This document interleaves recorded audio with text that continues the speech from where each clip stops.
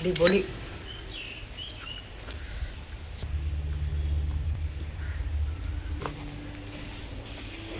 மாஷா அல்லாஹ். நெய் ஊற்ற வேணாம், நெய்யெல்லாம் ஊற்ற வேணும்.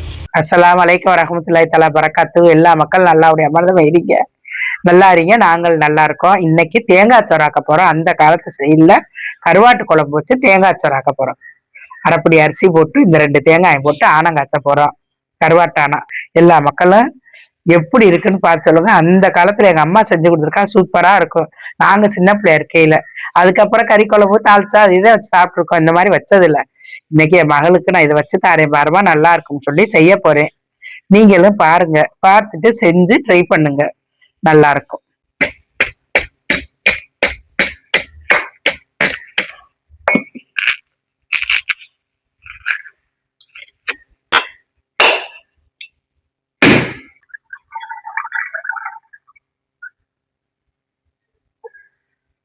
தண்ணிக்குள்ள போட்டு வச்சிருக்கேன். தண்ணிக்குள்ள ஊறட்டும். கிளீன் பண்ண கருவாடு நான் தண்ணிக்குள்ள ஊறட்டும்னு போட்டு வச்சிருக்கேன்.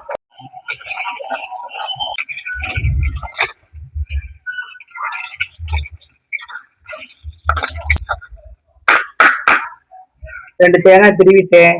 மிக்சியில அரைச்சு நல்லா வலுவலுன்னு அரைச்சுப்பாங்க, ஒரே புளியா புளிஞ்சிருந்த மாதிரி.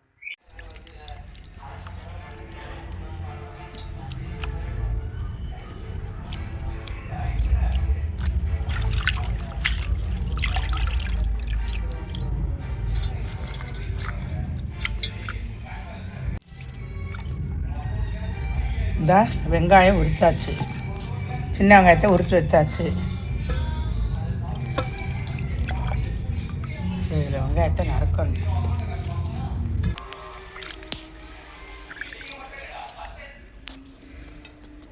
கருவேப்பிலை, மல்லி கருவேப்பிலையை கழுவி எடுத்து வச்சுக்கணும்.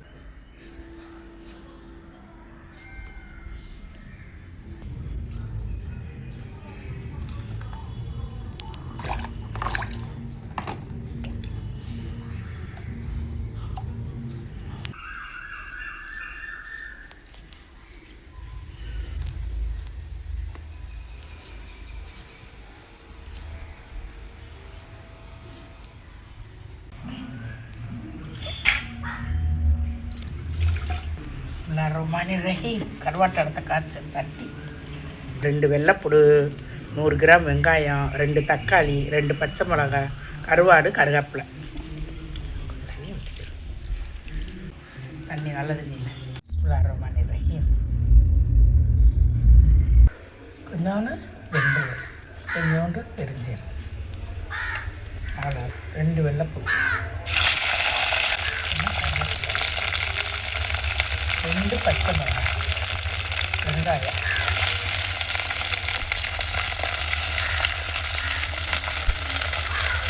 தக்காளி,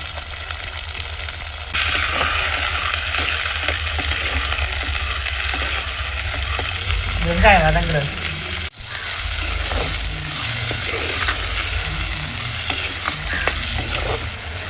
ஸோ இந்த ஆணத்துக்கு வெங்காயம் வெள்ளைப்புள்ள நல்லா வதங்கின பிறகு ஆணத்தை புளியை ஊற்றினாத்தே. இது புளி ஊற்றுற ஆணம். வெங்காயம்லாம் நல்லா மைய வெந்திருக்குதாத்தே புளியை ஊற்றினாக்கா அது நல்லா வலுவலுன்னு இருக்கும். புளியை லவக்குன்னு கரைச்சி ஊற்றிட்டோம்னா தக்கையாக நிற்கும். வெங்காயம் ஒரு மாதிரி தருக்கு நிற்கும். அதனால தான் வெங்காயம் தக்காளி நல்லா வதங்க விட்டுருக்கேன். வதங்கினதுக்கப்புறம் கருவாடை போடணும். இந்த மாதிரி நல்லா எண்ணெயை நிறையா ஊற்றிருக்கோம்ல, இது ஒதுக்கிட்டு கருவாடை போட்டுருது.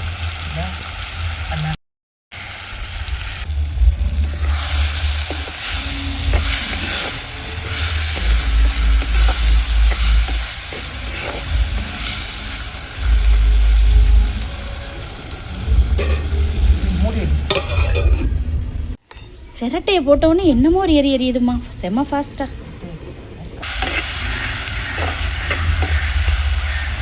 இப்போ வெங்காயம் தக்காளி எல்லாம் நல்லா மசிஞ்சிருச்சு. அழகா இப்போ என்ன செய்ய போகிறோம், மீன் மசாலா இந்த டப்பாவில் அள்ளிட்டு வந்துருக்கு. இவ்வளோ மசாலா குழம்பு மசாலாவை போட்டாச்சு. இப்போ எண்ணெயில் இது எங்கள் குழம்புக்கு தக்க நாங்கள் மசாலா போட்டோம். உங்களுக்கு எவ்வளவு தேவையோ அதுக்கு தகுந்த அளவு நீங்கள் போட்டுக்கோங்க. ரெண்டு புளி கரைச்சி வச்சாச்சு. இப்போ புளியை ஊற்றுறோம்.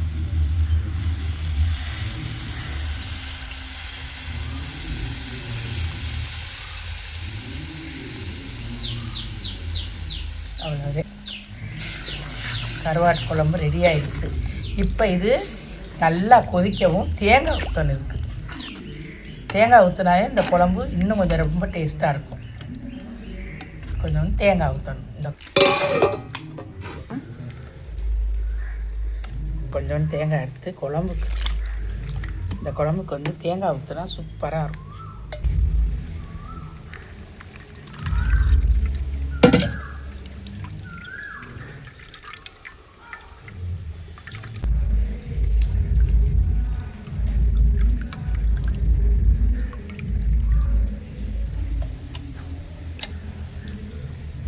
புளி இப்போ இந்த தேங்காய் பால் ஊற்றணும் குழம்பு.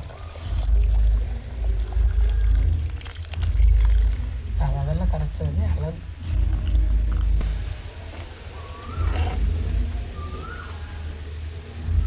கருவாடெலாம் பாருங்க நல்லா கரைஞ்சிருச்சு. சரியான டேஸ்ட்டாக இருக்கும் இந்த குழம்பு தேங்காய் சோறுக்கு. இது அப்படியே அனலில் போட்டு இறக்கிற வேண்டியதான் வேலை. அப்படியே ஒரு கொதித்ததோடு இறக்கி சோத்துக்கு தேங்காய் பால். இப்போ இதை புழிஞ்சு இப்போ அரைப்பி அரிசிக்கு இந்த செம்பில் 3 செம்பு வைக்கணும் தண்ணி. ஏன்னா இந்த தண்ணி நல்லா காஞ்ச அரிசியாக இருக்கிறதுனால 3 செம்பு வச்சாதான் சோறு பொசு பொசுன்னு இருக்கலாட்டி விரைச்சிக்கிட்டு இருக்கும். இது வந்து தேங்காய் சோறுக்கு.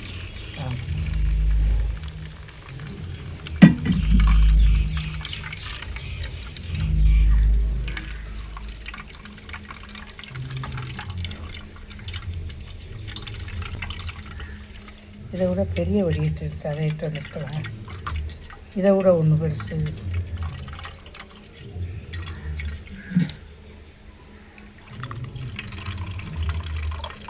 இரும்பு பயிர் கொல்லன்னு இருக்கு தேங்காய் பாலிய. தேங்காய் நல்ல தேங்காய்.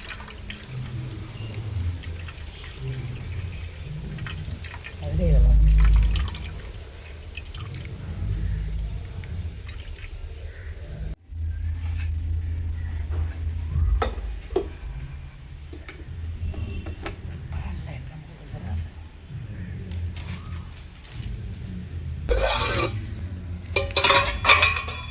தேங்காய் பால்லாம் ஊற்றி குழம்பு நல்லா கருவாட்டு குழம்பு ரெடி ஆயிடுச்சு. குழம்பை இறக்கிட்டு தேங்காய் சோறுக்கு போகிறோம்.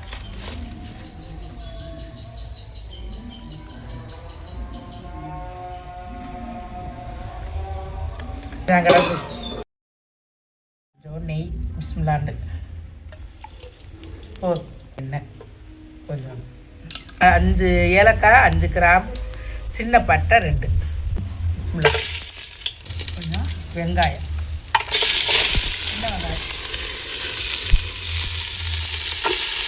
2 பச்சை மிளகாய், தக்காளி 2, கருவேப்பிலை, மல்லி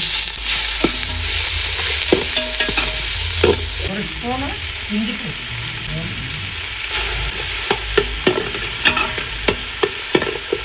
உலக்கில் 2 உலக்கு அரிசி, இதில் 4 உலக்கு தண்ணி, 4 உலக்கு கலந்து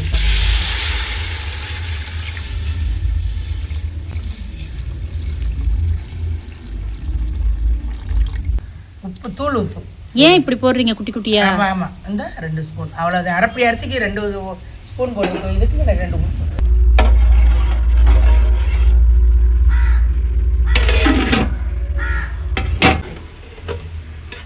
தண்ணி நல்லா முறை கொட்டிடுச்சு. தேங்காய் பால் இப்படி இருக்கிறத தான் அரிசி போடணும்.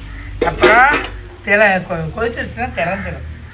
அதுக்காக இப்படியே இருக்கையில் போட்டணும். இது வந்து காஞ்ச அரிசியாக இருக்கிறதுனால 1 மணி நேரம் இதை ஊறிச்சு. தண்ணியில் ஊறிட்டு நல்லா 2-3 களை களைஞ்சு அரிசி அழகாக எடுத்து வச்சிருக்கேன். இப்போ போட போகிறோம்.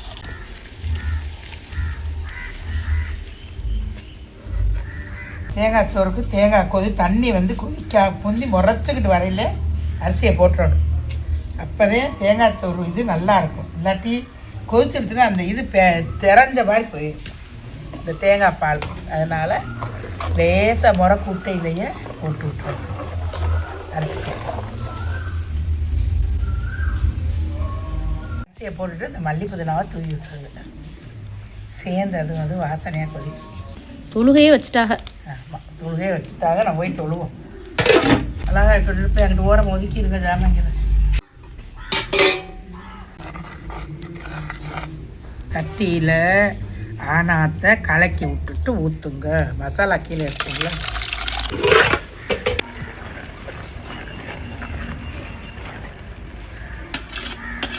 அதனால் என்ன செய்யணும், இலை இப்படி வைக்கணும். இலையில வச்சுட்டு வை வை இலைய.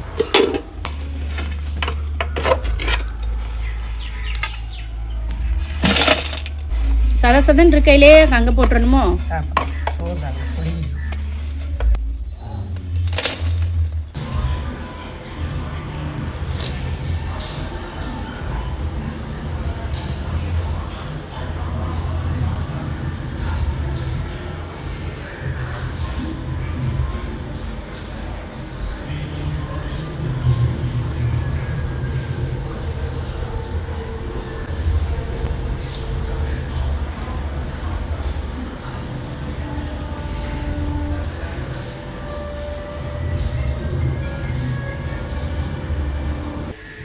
மடி கிடக்கிற வெயிட்டெல்லாம் போட்டு அம்மா வச்சுட்டாக தம்மு.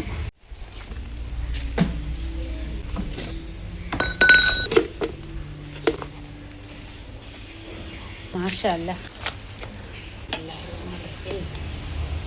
நெய் ஊற்ற வேணா? நெய்யெல்லாம் ஊற்ற வேணும்.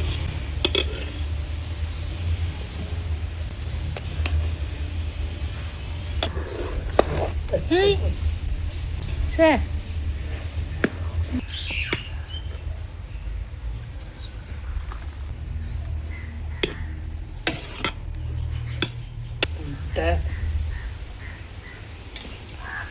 நல்லா ஒரு கூட ஊற்றி வச்சுட்டு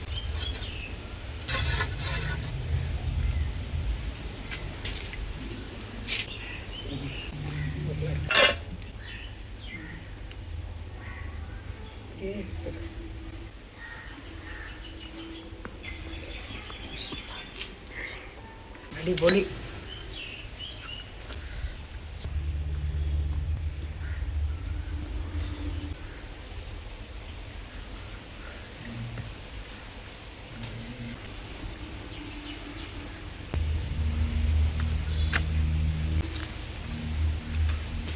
சோறு, இந்த கருவாட்டு குழம்பு முட்டைக்கு, இந்த சோறு, இந்த மாம்பழம், இந்த கருவாட்டு குழம்பை ஊற்றி இந்த முட்டையை தொட்டு சாப்பிட்டா அப்படி இருக்குது.